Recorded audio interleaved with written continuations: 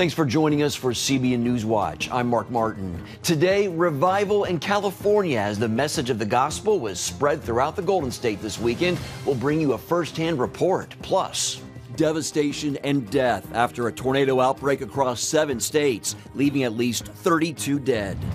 Social Security on the road to insolvency. Just to look at the next 10-year window, for the first time, 3 trust funds go insolvent. The Highway Trust Fund, Medicare, and Social Security. So if nothing happens, they're in debt. So is Washington doing anything about it? Is there a plan? We'll take a look. Meet the woman who took on Roe versus Wade and won. And when we got ready for oral argument on December the 1st, oh, you could just feel the synergy, the prayers there, and the excitement outside in the rally. We had thousands of people. People were praying.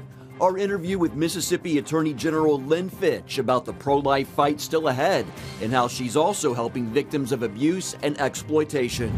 And production is now underway on the 4th season of the massive hit series The Chosen, about the life of Jesus and his disciples. Those stories and more today on CBN NewsWatch. This is CBN NewsWatch. We begin on the West Coast, where the message this weekend was, there's hope for California, and his name is Jesus. That word was preached all over the Golden State at Hope Fest. Thousands were saved and baptized, and as Wendy Griffith reports, they were given a mandate to preach the gospel. I grew up in a lesbian household with 2 moms. I had never heard the name of Jesus. 28-year-old Ross Johnston was a test tube baby and raised by 2 lesbians. Sunday in L.A., he told the crowd of young people it's time for their generation to be bold for Jesus. Scores rushed the stage to dedicate their lives to the Lord. In 2020, when all the craziness was happening in America, I felt the Holy Spirit speak to me.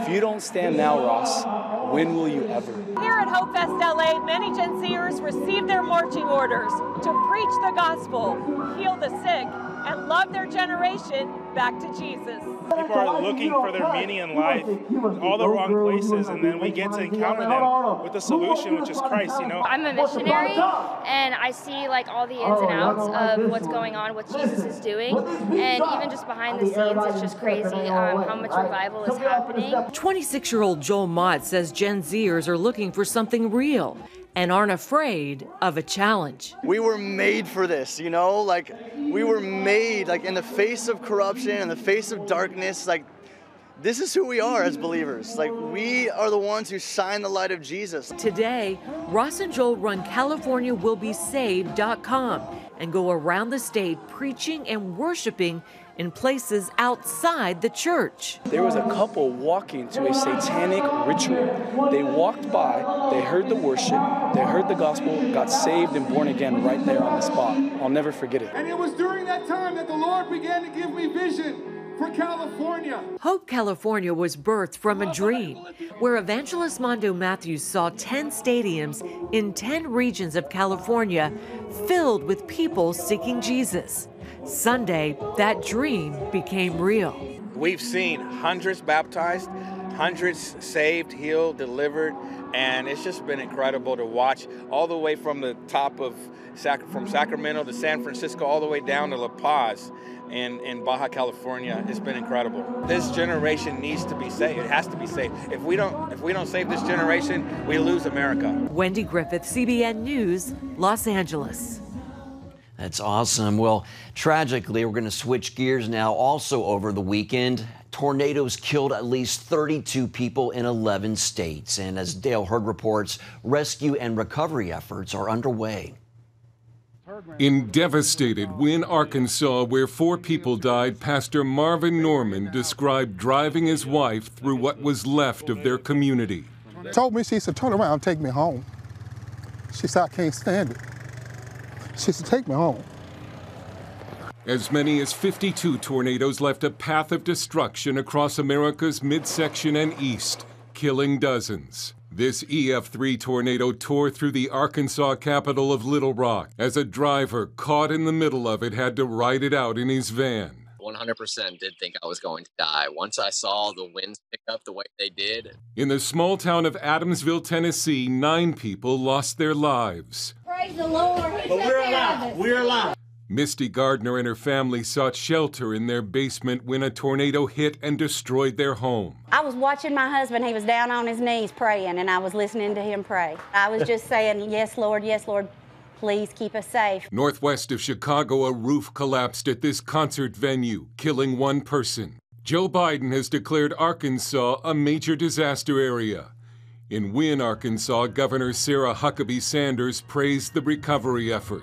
Obviously, this is just an unbelievably tragic moment for our state, but what I found to be so amazing are the people who are stepping up, not just from this community, but across all of Arkansas. Operation Blessing assessment teams are on the ground, meeting with pastors to begin distributing and serving food, water, and other relief supplies to their communities. We're thankful for organizations like y'all's that's come in and partnering with the local church. But when you look at our city, it hurts to see there's such a great need and to see people who have lost everything. And it's even more when people lose everything and you really didn't have nothing to start with, Harley. Meanwhile, in Mississippi, which was devastated by last week's tornadoes, Operation Blessing is continuing to deliver loads of food and water through local churches there. Dale Hurd, CBN News. In other news, former President Donald Trump is set to be indicted tomorrow, and he plans to give a national address tomorrow night. But beyond the former president's legal troubles, Republicans are also divided over key issues. CBN's David Brody has that story. The final battle, that's the term Donald Trump is using for this upcoming 2024 presidential race. This is the final battle. They know it, I know it, you know it, everybody knows it. This is it. But what about the battle inside the Republican Party? Where is it heading exactly? Trump is the leader of the GOP, but national polling shows only 42% of Republicans identify as MAGA Republicans. 58% say they aren't. While there seems to be general agreement on the social issues, there's no doubt, however, that the GOP is more populist under Trump. In his new book, Superpower in Peril, former Pennsylvania Senate candidate Dave McCormick argues it's time to think differently about the future of the party. I make the case for embracing a number of those populist frustrations with policies that rely on traditional conservative principles but go a step further, because the old way of thinking about it as a conservative just isn't solving the problems of America, and we need to deal with that. McCormick has a blueprint to do just that, including a big focus on confronting China. But the schism in the GOP is truly revealed over the war in Ukraine. At the recent CPAC conference, nearly 80% of GOP attendees said they disapprove of the U.S. giving billions of dollars in aid to help Ukraine. And likely presidential contender Ron DeSantis got caught up in it when he first sided with MAGA, saying, quote, "While the U.S. has many vital national interests, becoming further entangled in a territorial dispute between Ukraine and Russia is not one of them." Days later, after being criticized by traditional Republicans, he came out for war crimes against Russian President Vladimir Putin. Would you support that? I mean, I think he is a war criminal. And so that, in a nutshell, is the conundrum. The GOP is a party that's split. It's something former Vice President Mike Pence and I discussed recently. The modern Republican Party was I think, minted around the presidency of Ronald Reagan, but it was advanced by the two Bush presidencies, and then I think that movement was added to in significant ways by Donald Trump. Pence points out that Trump's views on trade, China, foreign policy, and more have given the party a more populist feel, and he argues that's actually good. More hardworking Americans, more blue-collar Americans, more African Americans and Hispanic Americans than in recent history voted for Republican candidates up and down the line. And I think that's because we were the party that was articulating that broad, conservative, traditional American agenda, and that's the pathway for the future. Ultimately, for the GOP to be successful as a political party, Dave McCormick says they'll have to apply an age-old principle. We have, as conservatives, we agree on 80% of things. And we spend the majority of our time talking about the 20% that we disagree with. And so one of the things I argue for, the plea is, listen, let's rally around the 80% that we agree on. Let's embrace candidates in the primaries that can win primaries and general elections while staying true to conservatism, the movement conservatism, and let's go change the direction of the country. David Brody, CBN News, Washington. Coming up, going broke in 10 years. The Social Security Fund is predicted to run dry earlier than expected. Find out what's being done to save your retirement and who's trying to stop it when we come back. Welcome back to NewsWatch. 10 years, that's how long before Social Security goes broke, according to the Congressional Budget Office. Millions of Americans are facing the prospect of cuts in their benefits, and the government isn't doing anything about it, despite President Biden making it a political issue in his State of the Union speech. CBN's Gary Lane explains what needs to happen to save Social Security. There's a new sense of urgency as Republicans on Capitol Hill sound the alarm about the rising cost of Social Security. Just to look at the next 10-year window, for the first time, 3 trust funds go insolvent. The Highway Trust Fund, Medicare, and Social Security. So if nothing happens, they're in debt. This president, no plan. And no plan means that someone who paid into social her entire life is going to get a 24% cut in the benefits she's receiving when the program goes insolvent in 9 years. The Congressional Budget Office warns the Social Security Trust Fund will run out of money by 2033, 2 years earlier than previously expected. The Speaker of the House and even West Virginia Democratic Senator Joe Manchin say Congress must begin negotiations to save it. But so far, Democrats, including the president, insist Republican reform efforts would destroy the program. Some Republicans want Medicare and Social Security to sunset. I'm not saying it's a majority. Anybody who doubts it, contact my office. I'll give you a copy. I'll give you a copy of the proposal. Fact checkers found that only one Republican, Senator Rick Scott of Florida, came close to making such a proposal when he introduced legislation that would require all federal government programs to sunset within 5 years. Republicans rejected Scott's proposal. 40 years have passed since the last time Congress made meaningful reforms to Social Security. And this time the shortfall is much larger, making any solution much harder. So why do politicians keep kicking the can down the road as the problem gets worse? Andrew Biggs, senior fellow at the American Enterprise Institute, is a former Social Security Administration deputy commissioner. Social Security reform involves breaking promises. Those promises maybe should never have been made in the first place, but they were made, and we now have to tell people that we can't keep them. They have to pay more and get less. Politicians don't like telling people that. They like telling them you're going to pay less and get more. So why is the Social Security Trust Fund going broke? Young Voices commentator Travis Nix points out it's the way the program is structured. Social Security functions like a pyramid scheme in that when you pay your payroll taxes, your money is not just sitting in a lockbox collecting interest. It's paying the current retirees. And so we don't have enough working young people right now to keep up with our aging population. So Social Security is going to run out of money earlier than any of us thought.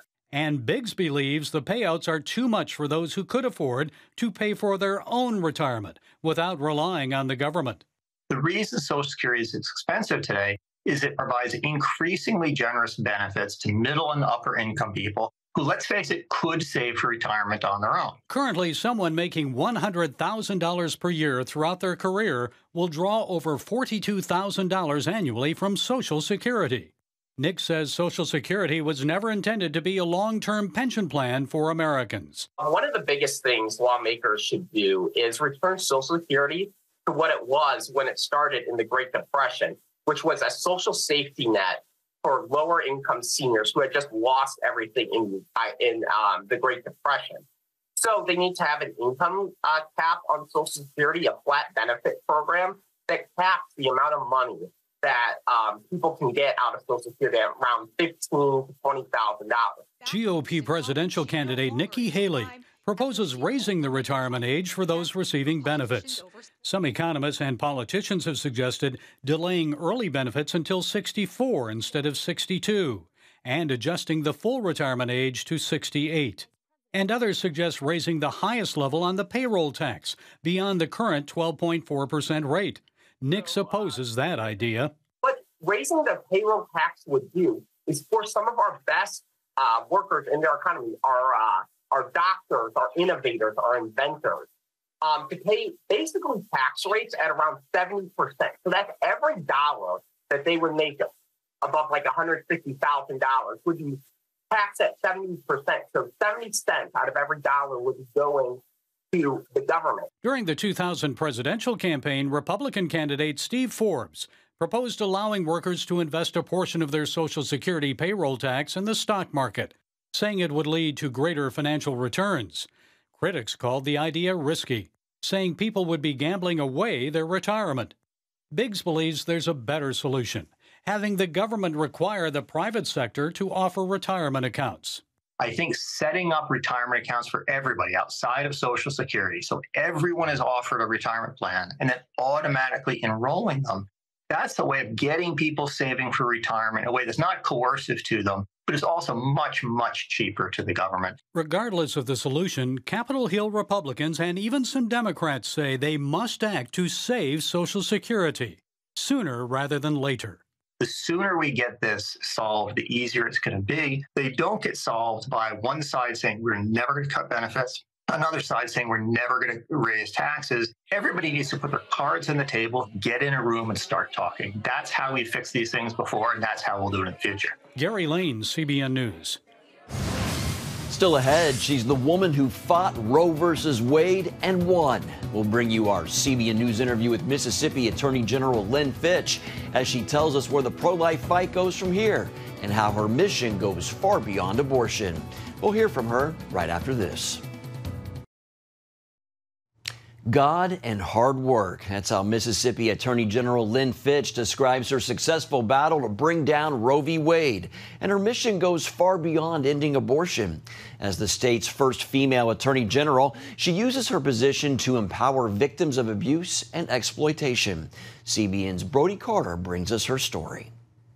The reason abortion rights went back to the states following the reversal of Roe v. Wade could be directly tied to the efforts of one woman, Mississippi Attorney General Lynn Fitch. And her efforts to fight for life and women's rights go even deeper here in the Magnolia State. The power of the prayer for us kept us going. Choose women! Choose women! Hey, hey! Ho, ho! Roe v. Wade has got to go! As the Attorney General prepared for one of her most important cases, Lynn Fitch believes God played a central role in overturning America's abortion law. And when we got ready for oral argument on December the 1st, oh, you could just feel the synergy, the prayers there, and the excitement outside in the rally when you had thousands of people. People were praying. Fitch and her staff spearheaded Dobbs v. Jackson Women's Health Organization, the case responsible for overturning the 1973 Roe v. Wade ruling that legalized abortion nationwide. At the time, Jackson Women's Health Organization was the state's last standing abortion clinic, often called the Pink House due to its iconic paint job. Certainly, we made the argument, and the justices agreed, that this was such an important issue that should always be returned to the people. So now for the people to make all the choices, the decisions, and they have the opportunity through their elected officials, through their governor. And if you don't like it, then you can certainly remove them from office. Before that daily push for the people begins, the Attorney General and her staff arm themselves with faith. I have many favorites, but Philippians 4:13, I can do all things through Christ who strengthens me. This office is a very Christian office. We certainly pray together. That's how we open up so many of our different activities. Fitch credits God and hard work for overturning Roe v. Wade, followed by several trigger laws nationwide, including one in Mississippi, which bans all abortions except to save the life of a woman or in cases of rape or incest reported to law enforcement. The Pink House closed its doors less than a month later. A fresh paint job covers the former Jackson Women's Health Organization's extensive history of abortion. The new owner plans to open up a consignment shop with hopes it's a business the entire community can embrace. The Attorney General's priority for life is now expanding as she's working toward solutions that can empower women in a state suffering at the top of too many categories: infant mortality, premature births, and poverty. It's certainly tough. I completely understand that. And our role is that we're there to help them. That's what our challenge is. Now, how do we empower these women that are struggling? What can we do as a state? With nearly 40 years of legal experience, AG Fitch is currently focused on protecting victims of domestic violence, sexual assault, and human trafficking. When I first ran for this office, I recognized we had an issue in human trafficking here in the state of Mississippi. In the 18 months, we've rescued 187 individuals, including 15 children. We've made 60 arrests. We've had over 40 operations with our local and federal law enforcement partners. Honored as one of Time Magazine's 100 most influential people, Mississippi's first female chief legal officer began her journey in the same office she now leads. I know God placed me here for all these different reasons, but to come back as the Attorney General, where I once served as a Special Assistant Attorney General, is extremely special. As for what's ahead, Fitch says she remains steadfast in her duties as a female trailblazer, not just for Mississippi, but the nation. Despite the hardships accompanied with being a single mother of 3, Fitch shares her story to empower women to choose life, while modeling what she believes is noble, excellent, and praiseworthy. We believe in the next steps, and as I talk about next steps for this new Dobbs era, it certainly goes to the heart of your question. How do we empower those mothers, those children? What are we doing for the future? And as we've really evaluated next steps, it involves everyone. Reporting in Jackson, Mississippi, Brody Carter, CBN News. Coming up, filming on the 4th season of the popular series The Chosen, about the life of Jesus and his disciples. It's now underway. We'll bring you the details when we come back. Stay with us. The production on the highly anticipated 4th season of The Chosen has started filming at the series home in Midlothian, Texas. The first 3 seasons of The Chosen have been streamed more than 500 million times. The upcoming season marks the second time The Chosen will be filmed on the series' new 900-acre home near Midlothian, which includes a 30,000-square-foot soundstage and a replica first-century village, according to the Christian Headlines website. You can get the whole story at CBNnews.com.